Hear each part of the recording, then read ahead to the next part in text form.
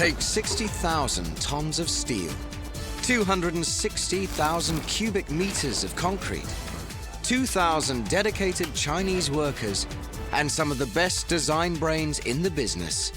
And this is what you get. The Shanghai World Financial Center.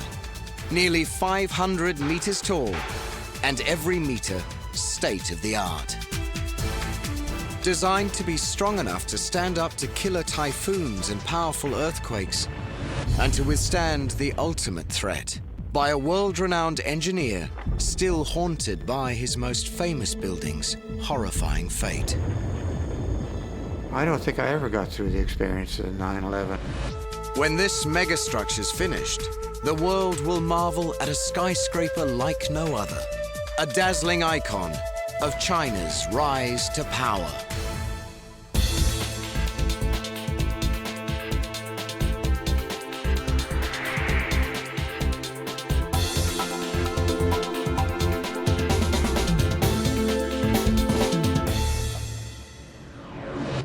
China, the world's fastest growing economy. Shanghai, China's biggest city, the financial heart of its economic miracle. Along the Huangpu River, grand old buildings evoke the jazz age of the 1920s, when foreign powers had made Shanghai their Asian financial headquarters. And Shanghai's highest building was just 9 stories tall. That was then. This is now. Welcome to Pudong, Shanghai's hottest real estate, ground zero of China's economic clout. A forest of skyscrapers proclaiming Shanghai's drive to become Asia's financial capital. Pudong's icon, the Shanghai Tower, a state-of-the-art office building and hotel completed in 1998. 88 stories high, 5th tallest building in the world. But there's a new megastructure rising on Pudong's block. It's not even finished, but already it's putting the Shanghai Tower in the shade. 2,000 workers are toiling day and night to build the Shanghai World Financial Center. And they won't stop until it's 101 stories tall, soaring nearly 500 meters into the sky. The tallest building on the Chinese mainland, and the 3rd tallest building in the world. 17,000 people will work inside its 70 office floors, topped by a 14-story luxury hotel, and crowned by the world's highest observation deck. Building anything this big is not for the faint of heart. In New York, some of the world's best architects and engineers forgot about sleep and tackled the toughest challenges planet Earth can throw at a skyscraper.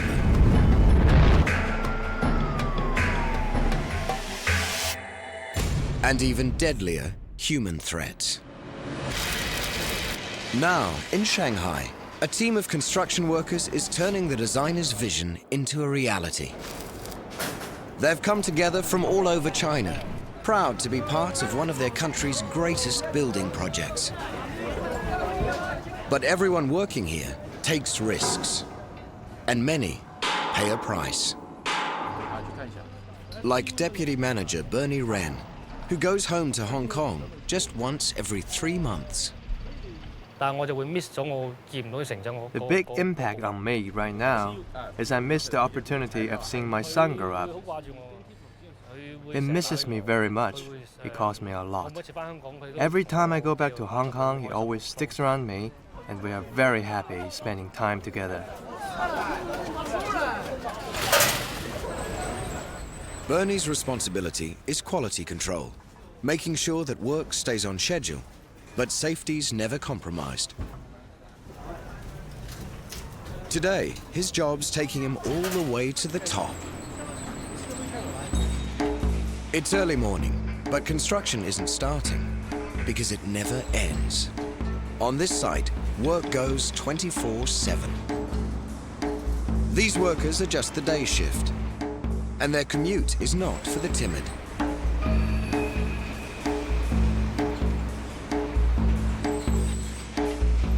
The only way to get to work is in lifts bolted to the outside of the building. It's a great view, if you don't mind looking down.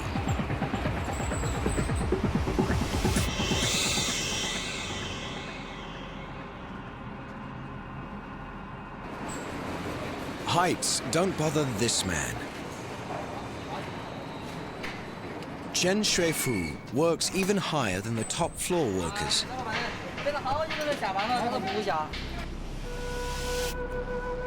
40 meters higher.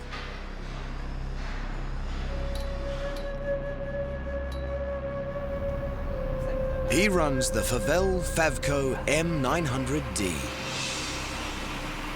One of the most powerful high-rise construction cranes in the world. Without Chen Shuifu and his crane, this 90-story megastructure would still be a hole in the ground. Because building it starts with steel, lots of steel.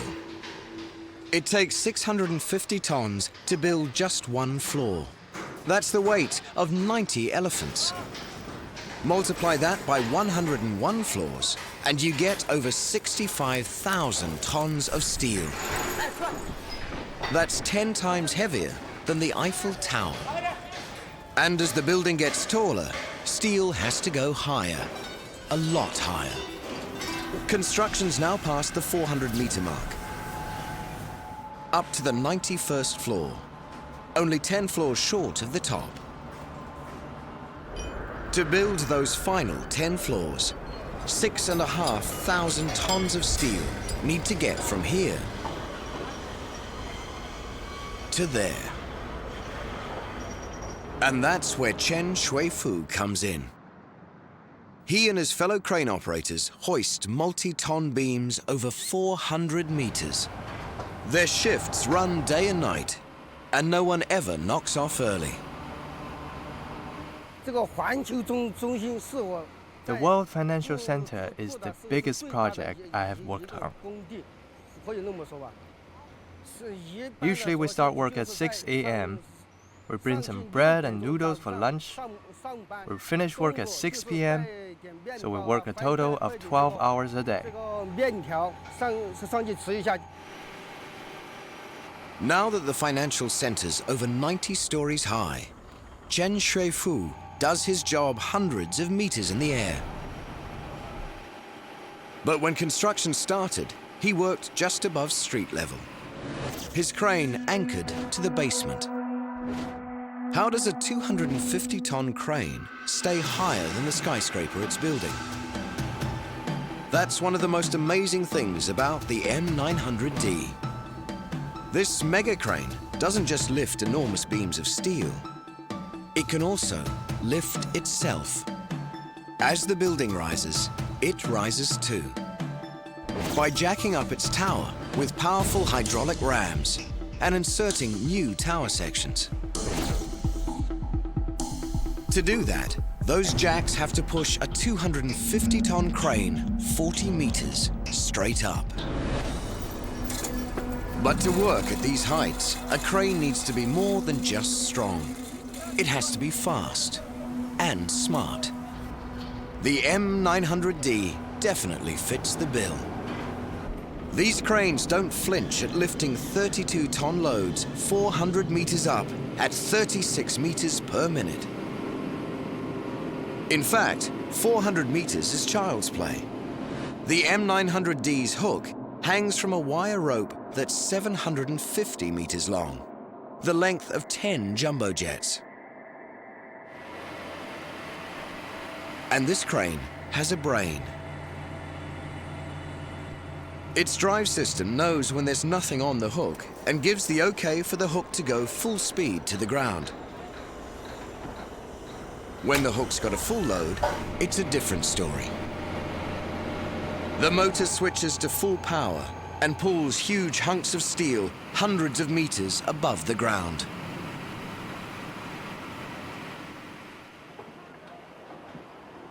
At heights like these, you definitely don't want to drop a multi-ton steel beam anywhere except where it's supposed to go.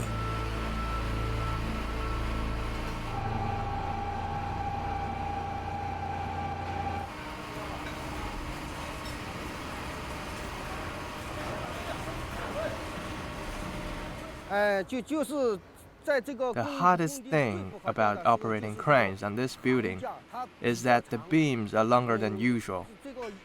How long a beam is and how far it hangs out are the factors which can make operating a crane difficult.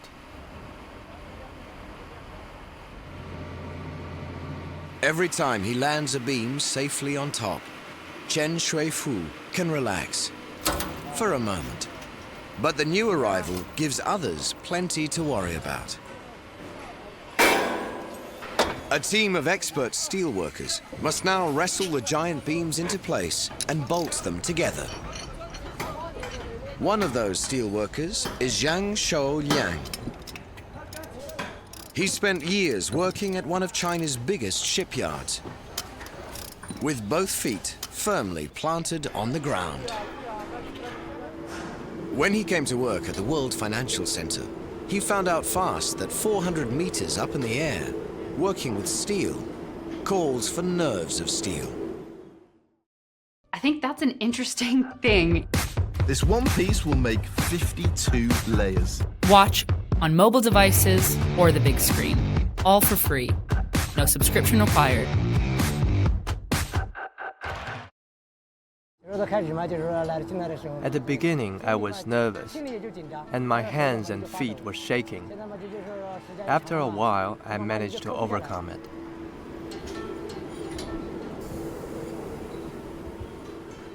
To someone starting this job, I would say, safety first on the first day. Be careful when climbing up and down the ladders and scaffolds. Safety is first and foremost for you at this height. Because only when you are safe can your family be happy. If you have an accident, your whole family will bear the consequences. Safety is Bernie Ren's biggest worry. He's come up top to keep an eye on everything. But he's also feeling the excitement. He's been working on high-rise buildings for over 23 years, but on this job, he's helping make history. And that takes a little of the sting out of being far from home. My son is 13 years old. Before I came here, he asked me what project I was working on this time. I told him I was going to Shanghai to work on the World Financial Center. And he just said, oh. As the workers pass 400 meters, they're heading into unknown territory. In mainland China, no one has ever built as high as they are going. And the Chinese building code stops at 350 meters. They're literally moving off the charts. And there's still nearly 100 meters to go. As they close in on success, it's hard to imagine how many challenges blocked their path, and that this magnificent structure once seemed doomed to fail. 1990, China's central government announces plans to transform an aging Shanghai suburb called Pudong into a gleaming financial center. And Japanese real estate tycoon Minoru Mori gets an idea. Mori envisions a mega building that will dominate the new Pudong skyline and rank among the tallest buildings in the world. To pay for his vision, Mori raises a whopping $625 million. To design it, he turns to some long-trusted associates, the world-renowned New York architects of Cohn, Peterson, Fox. Lead designer William Peterson had a challenge on his hands. This was going to be a super tall building which had to deal with the very interesting issues of the connection of earth and sky, which a tall building has to do. It needed to be a building of great nobility. Peterson discovered that in ancient Chinese culture, earth was square and sky was round. His design blended both shapes into a soaring 95-story prism of steel and glass, lifting the eye and the soul from the earth to the heavens. It was lovely, but no one could build it until its designers solved one big, big problem. Pudong may be million-dollar real estate, but it's also a very bad place to build a very tall building. River water saturated soil, turning it into unstable mud. When building crews pump the water out, the land sinks. Since 1920, parts of Shanghai have sunk almost 2 meters. At Kohn Pedersen Fox, senior designer David Mallet knew construction couldn't proceed until the design team successfully grappled with Pudong's less than ideal geology. Shanghai is all alluvial soil, so there's not quite the bedrock that you would find in Manhattan. Manhattan, you go down one floor and then you're sitting on granite. The team's solution: if they couldn't build on granite, they'd use a simple but effective device to anchor their skyscraper in mud. Friction piles. 2,000 steel rods driven 80 meters into Pudong's swamp. The deeper the piles push into the mud, the harder the mud pushes back, gripping the rods tightly, creating a stable foundation, floating the World Financial Center like a ship on Pudong's waterlogged soil. 1997. Construction of the Shanghai World Financial Center begins. But no sooner is the foundation finished than disaster strikes. 1997. Asia's overheated economies collapse. The meltdown paralyzes the Japanese banking system and suddenly floods the Asian real estate market with unoccupied office space. The last thing China needs is a $625 million empty office building. Some of the financial center's investors pull out. Construction grinds to a halt. 5 years pass. What was to be the pride of Pudong appears destined to remain a gigantic hole in the ground. But by 2003, Asian economies are roaring back. Minoru Mori finds new investors for his mega building. In New York, the financial center's architects get another call. The good news: their masterpiece is back on track. The bad news: its design no longer works. When construction started in 1997, the world's tallest building was Malaysia's Petronas Towers, 88 stories high. The 95-story World Financial Center was on track to take the title. But by 2004, a new skyscraper, Taiwan's Taipei 101, soared 101 stories, or 508 meters, above the earth. Minoru Mori told his architects Shanghai's tallest skyscraper must rival Taipei 101. No problem, except the World Financial Center's foundation was already built to support only 95 stories. Adding 6 more stories meant extra weight pressing down on a foundation that couldn't support it.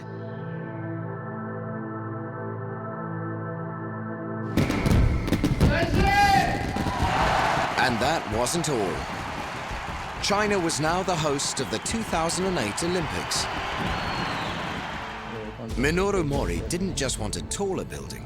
He wanted it finished before the world turned its eyes on China in 2008. In New York, senior designer David Mallet went back to the drawing board and stayed there well past closing time. You have to be 100% dedicated to the task, for sure. Across town, legendary structural engineer Leslie Robertson and his team rolled up their sleeves and went to work. Our challenge was to come up with a building that was larger, taller, so it needed to be stronger and it needed to be lighter. And it had to stand on those existing foundations. Robertson's larger, taller, lighter solution was an engineering triumph. Its secret? Modular design and the outrigger truss. Steel beams radiating out from a concrete core. Attached to a diagonal braced frame. A modular design requiring less steel to build. And repeating itself every 12 stories. What looked like a single 101-story building would actually be a series of 12-story buildings stacked on top of one another. Easier and faster to build, giving the builders a shot at finishing before the 2008 Olympics. So this way we got faster construction and more economical construction while maintaining structural integrity, robustness, and all those good things. June 2007, 4 years after construction restarted. Thanks to its modular outrigger truss design, workers are building the World Financial Center at a rate of 1 floor every 3 days. At the top, the steel crew bolts in floor plates, completing the skeleton of the 91st floor. Meanwhile, the cranes are lifting a much lighter, but critically important, load to the 90th floor, where another team begins the back-breaking task of installing 10-meter lengths of rebar over the steel floor plates. Rebar stands for reinforcing bar, and it's used in buildings all over the world to reinforce concrete. It takes over 150 kilometers of rebar just to cover one of the financial center's floors. That's over 15,000 kilometers for the whole building.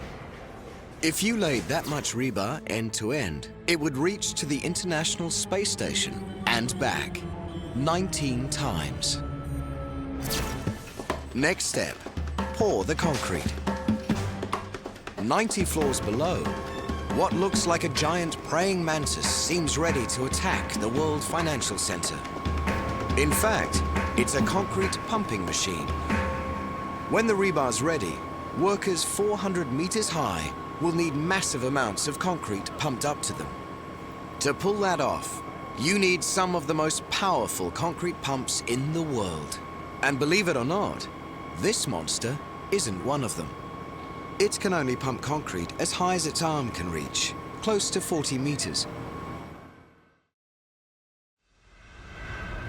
The real action starts after dark, when concrete trucks line up to feed 3 small machines.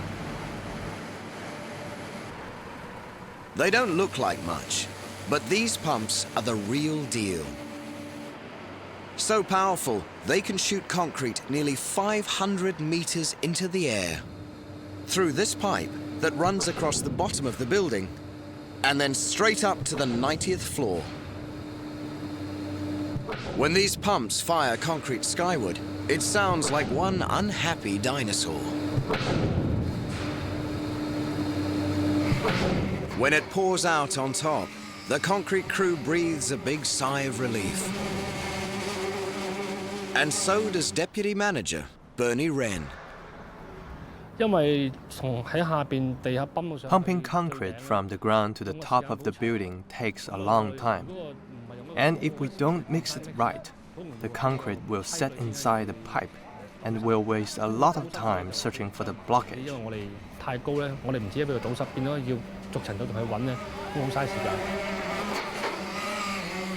You could fill an Olympic-sized swimming pool with the amount of concrete that covers just one financial center floor.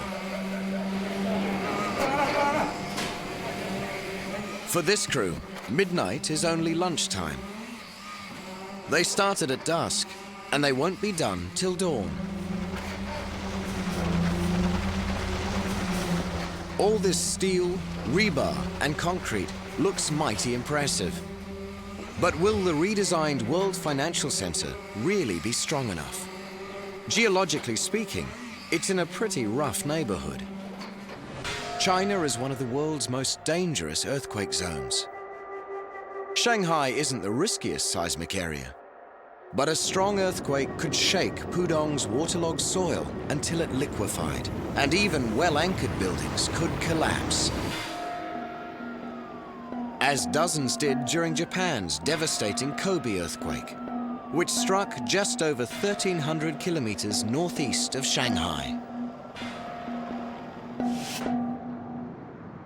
The financial center's new design had to satisfy this man. Professor Shi Linlu of Shanghai's Tongji University. He and his team of engineers run China's largest seismic shake table,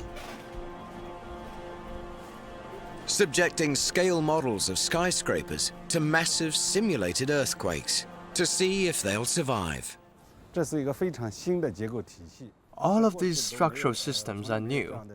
They had never before been used in the construction of a building reaching 492 meters. Not only that, the size and structure of this building all exceed the limits of the current Chinese design code. So detailed and specialized analysis needs to be carried out.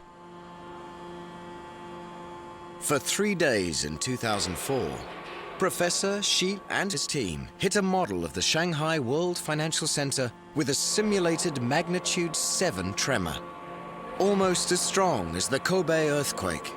If it failed, construction might have to halt, while the Olympic countdown clock kept on ticking. Through detailed analysis and experiments, we have concluded that this building can sustain a 7-degree earthquake. Architects and engineers met the challenge of putting one of the world's tallest buildings on a foundation that wasn't built to hold it. But there were still plenty of challenges to come. After the steel, rebar, and concrete, you'd think the toughest parts of building this megastructure would be over. But one of the hardest jobs of all can't even start until they're done. Installing 10,000 windows. Deputy Manager Bernie Wren wants to know how the window work is going. He checks in with Richard Fan, who heads the installation team. Designing the windows for this building was relatively simple, but installing them is difficult. There isn't enough room to store so many windows on every floor, so we have to get them in place as quickly as possible.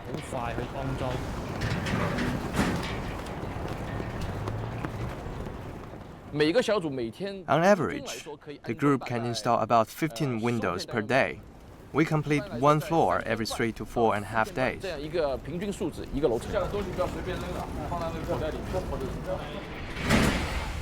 World Financial Center windows are taller than a basketball hoop and weigh as much as 3 grand pianos. At these heights, wrestling with weights like that can be dangerous. A crane hoists every window unit from the ground, and work teams position and bolt them into place. Not just anyone can do this job. A highly trained team of 130 workers specializes in installing these massive windows. Job hopefuls with altitude issues need not apply. Step 1. Attach the frames to a winch, then slide them out over the side. Step 2. Turn the window unit 180 degrees. Not an easy task if the wind is blowing.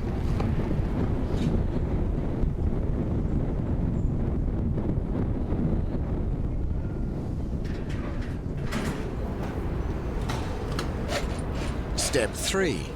Workers suspended on the side of the building help ease the window down to the floor below and bolt it to brackets already in place.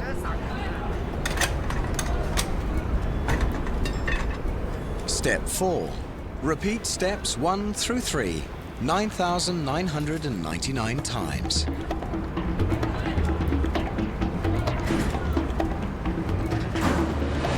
Meanwhile, workers at the top are building towards 500 meters, entering a realm where only a few of the world's very tallest buildings have dared to soar.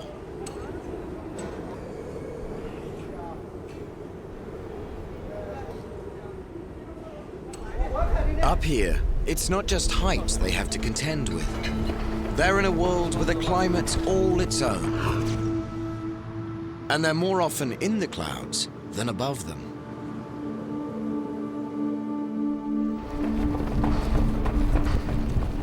There are days when nature closes in and visibility drops to nearly zero, making work at the top floors too dangerous. When the wind gets too strong, work grinds to a halt.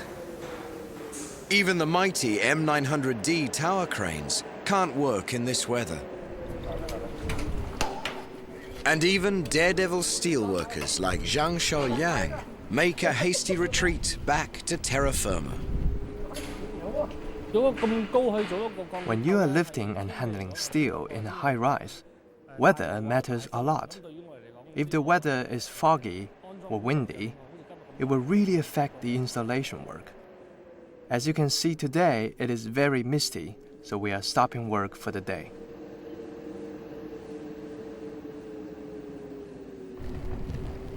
When the weather permits, workers will go back up top and continue building the World Financial Center's crowning touch, which will also keep it safe against the deadliest threat to any building that dares to soar so high.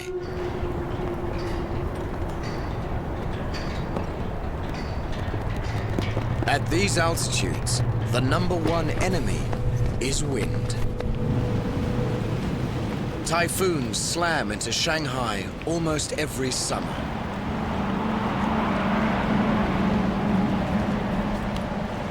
In 2005 alone, winds from Typhoon metre peaked at over 150 kilometers per hour, causing $12 million of damage and killing 3 people.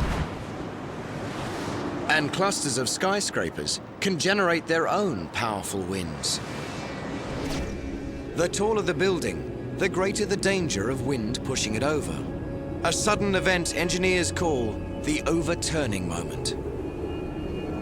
In the design of any tall building, one is essentially creating a beam that's vertically projected from the earth. But the greater force for tall buildings is the actual overturning moment that is generated by the wind, which it tends to want to push the building over. So how do you keep a 500-meter megastructure standing in a typhoon? You don't fight the wind, you let it through. The financial center's architects crowned its topmost floors with a gigantic circle 53 meters in diameter. A wind hole that would let winds through, preventing them from pushing over the building. In Chinese mythology, a circle was a symbol of the sun, the moon, and the heavens. The New York architects were proud of the elegant circle inspired by tradition, and were stunned when Chinese authorities objected to it. It wasn't until we read, I believe in a Hong Kong paper, when it said a Japanese developer is coming into Shanghai with the flag raised high. And then finally we got it. What the architects never thought of was that in China, a giant circle atop a Japanese finance building would be a symbol of something very different.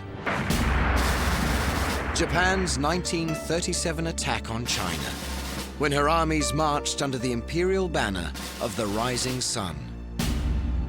For the design team, it was not a good day. We went to lunch, and we were served a live lobster. Well, for some reason or other, I felt as if that this was enormously symbolic, because I felt, indeed, like I was the lobster. In New York, it was back to the drawing board, and many sleepless nights for senior designer David Mallet. I would be lying if I said it wasn't heart-wrenching when something you've been working on for years is suddenly changed overnight. The team bisected the circular wind hole with an enclosed walkway, offering visitors a chance to see the world from almost 500 meters up. Engineers tested the new design in a wind tunnel. The wind hole passed with flying colors. But its modified design didn't satisfy the critics. The circle would have to go. We changed it to a form which is more, I think, in line with the shape of the building's geometry at the top. And frankly, I'm very pleased with it, because I believe it relates more strongly to this particular building shape. And that's what's about to take shape on the 94th floor. A politically neutral wind hole, shaped like a trapezoid, that still offers visitors amazing views. The highest observation deck of any building in the world. To get a view higher than this, you'd have to climb a mountain or get into an aeroplane. But just like a mountaintop or an aeroplane ride, if the wind is strong enough, it can knock you around. In a building this tall, anyone on the topmost floors will definitely know when strong winds blow, or when an earthquake strikes.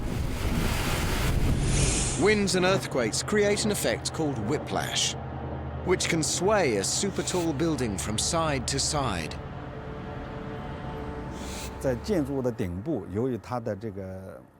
This happens at the top of the building because the structure at the top is less stiff. The vibration is more intense. When it happens, it is very obvious. If you are at the top of the building when an earthquake strikes, the vibration at the top is very strong. But there is no threat to the safety of the building. However, the people at the top will feel very uncomfortable.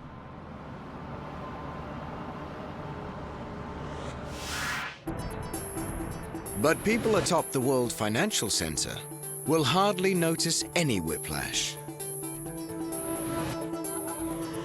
Thanks to two active-tuned mass dampers installed on the 90th floor.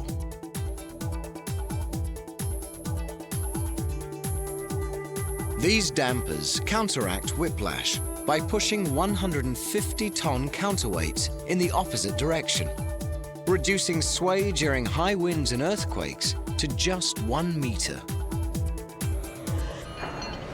But it's not easy getting weights that heavy up to the 90th floor.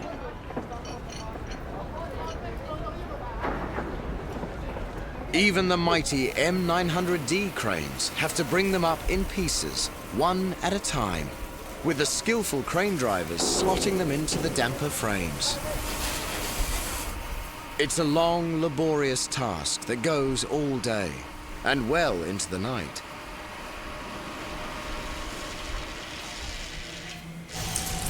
The dampers will allow visitors to the top to enjoy the view in all kinds of weather. And what these workers are installing will get them there. One of the most advanced elevator systems in the world. An amazing 91 elevators in all, many of them double-decked, that can whisk the 17,000 office workers and hotel guests anywhere in this mega building in only minutes. One can even lift luxury cars to auto shows on top of the world. He took one of the double-deck elevators and actually removed the intermediate floor. So you could take a car, turn it vertically within the elevator, and then go up to and have your exhibition. 4 special lifts will run from the bottom to the top, along the building's outside edges, giving visitors the ride and the view of their lives. But these outside lifts will also have a much more serious purpose. Because in the 21st century, designing mega buildings to meet nature's challenges is no longer enough. Like all tall buildings, the Shanghai World Financial Center must now confront a new and horrifying threat.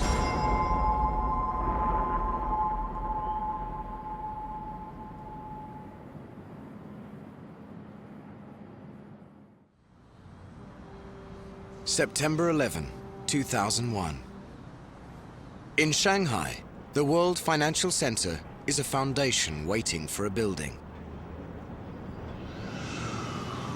Across the world in New York, engineers at Leslie E. Robertson and Associates, among them managing partner Sortine C, begin a typical workday in their offices a few blocks from the world's 4th tallest building, the 110-story towers of the World Trade Center. I was in my office, beautiful day, and an engineer came running to me and said, a plane went into the Trade Center. And I thought it was one of those, news helicopters that fly around here. So anyway, we were here, and we all gathered around the windows in this conference room, looking at the building. And that's when we saw the second plane come by this way. And just went straight into the building. That's when we realized it was not an accident. One horrifying day transformed the world's tallest skyscrapers from icons of power into potential death traps.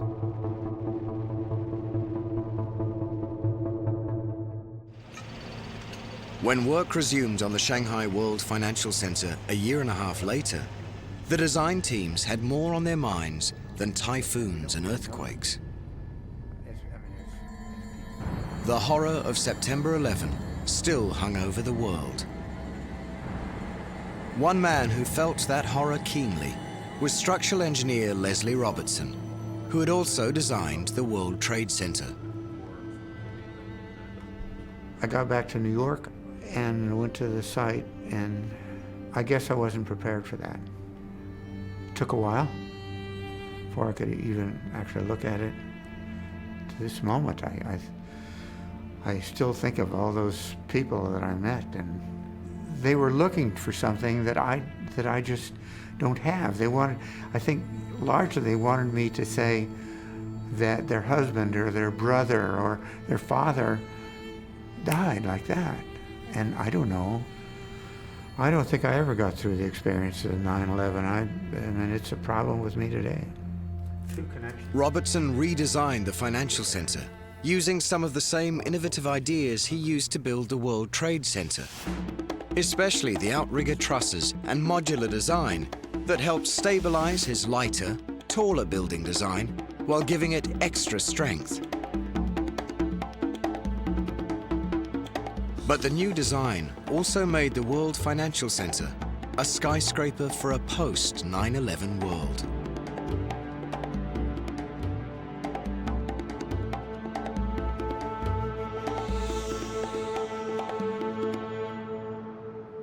We feel very confident that the project would sustain the impact of the aircraft that are flying right now.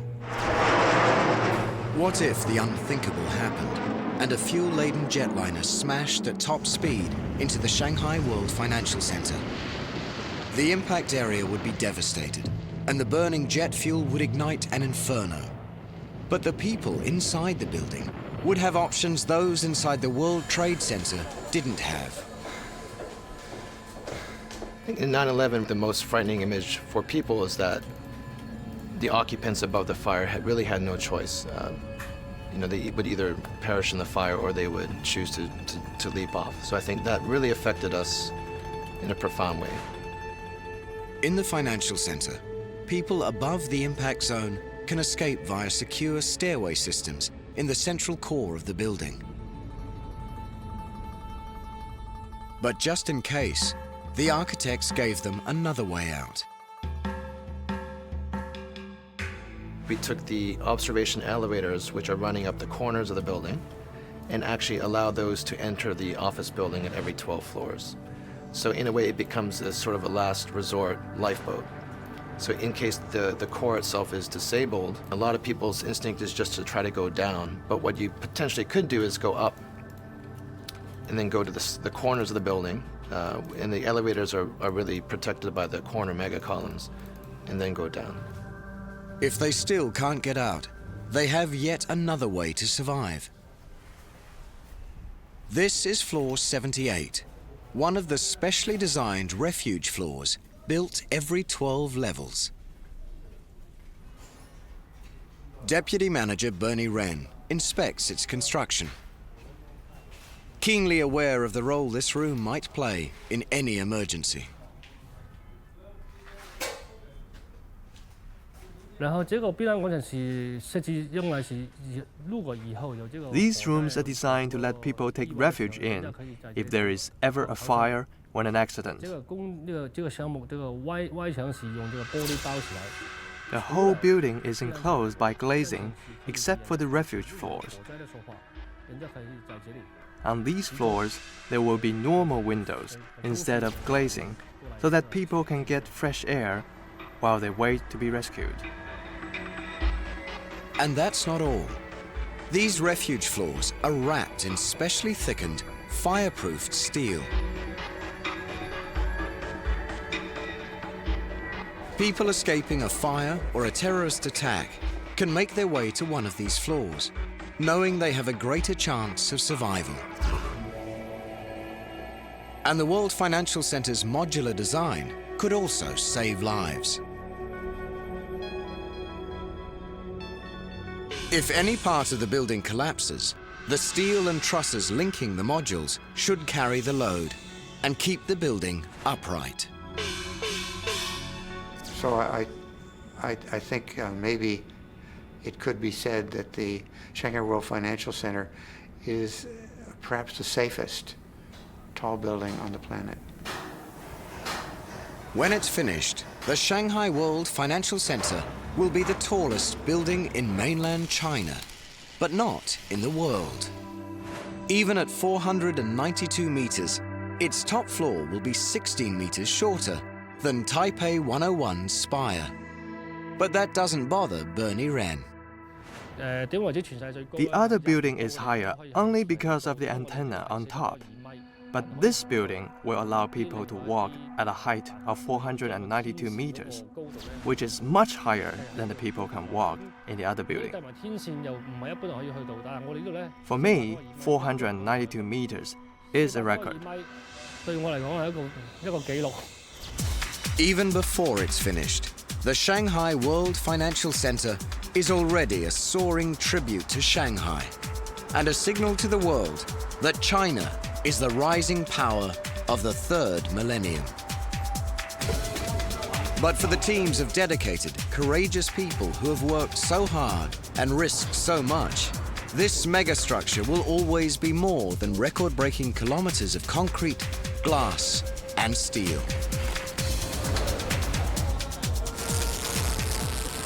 The Shanghai World Financial Center will be an icon. We hope that it will represent Shanghai. I'm happy.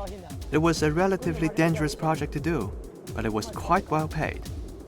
I heard the Shanghai municipal government is going to build a 120-story building. I hope next time I can do my part on that one. You look at it and you say, wow, right? It hits you right away. So much more so than your usual high-rise building. I think it's an exceptional building.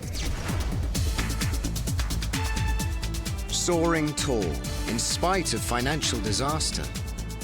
Built to survive the relentless fury of nature and of man. An icon of beauty, power, genius. The Shanghai World Financial Center renews our faith in humanity's drive to overcome challenges, recover from tragedy, and keep on reaching for the sky.